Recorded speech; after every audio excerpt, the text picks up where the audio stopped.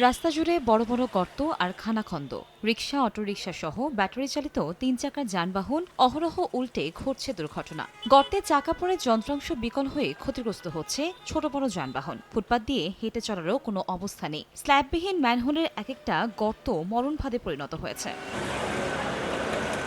Dhaka Narayanganj link রোডের চারশোরা থেকে চানমারি পর্যন্ত পূর্ব পাশে আধা কিলোমিটার স্থানের এমন ভয়াবহ দুরবস্থায় জনভোগান্তি চরমে।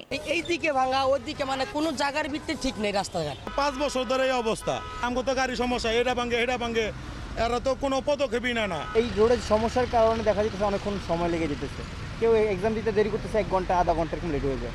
ঢাকা চট্টগ্রাম মহাসড়কের সাইনবোর্ড থেকে চাষারা পর্যন্ত এই লিংক রোডটি নির্মাণের পর থেকে গত 2 যুগ ধরে 4 লেনে ছিল।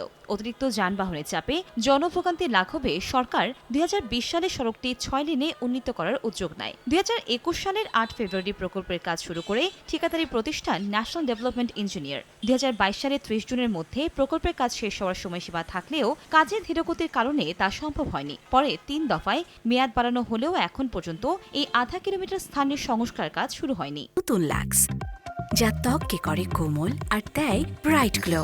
ট্রাই করো লাক্স।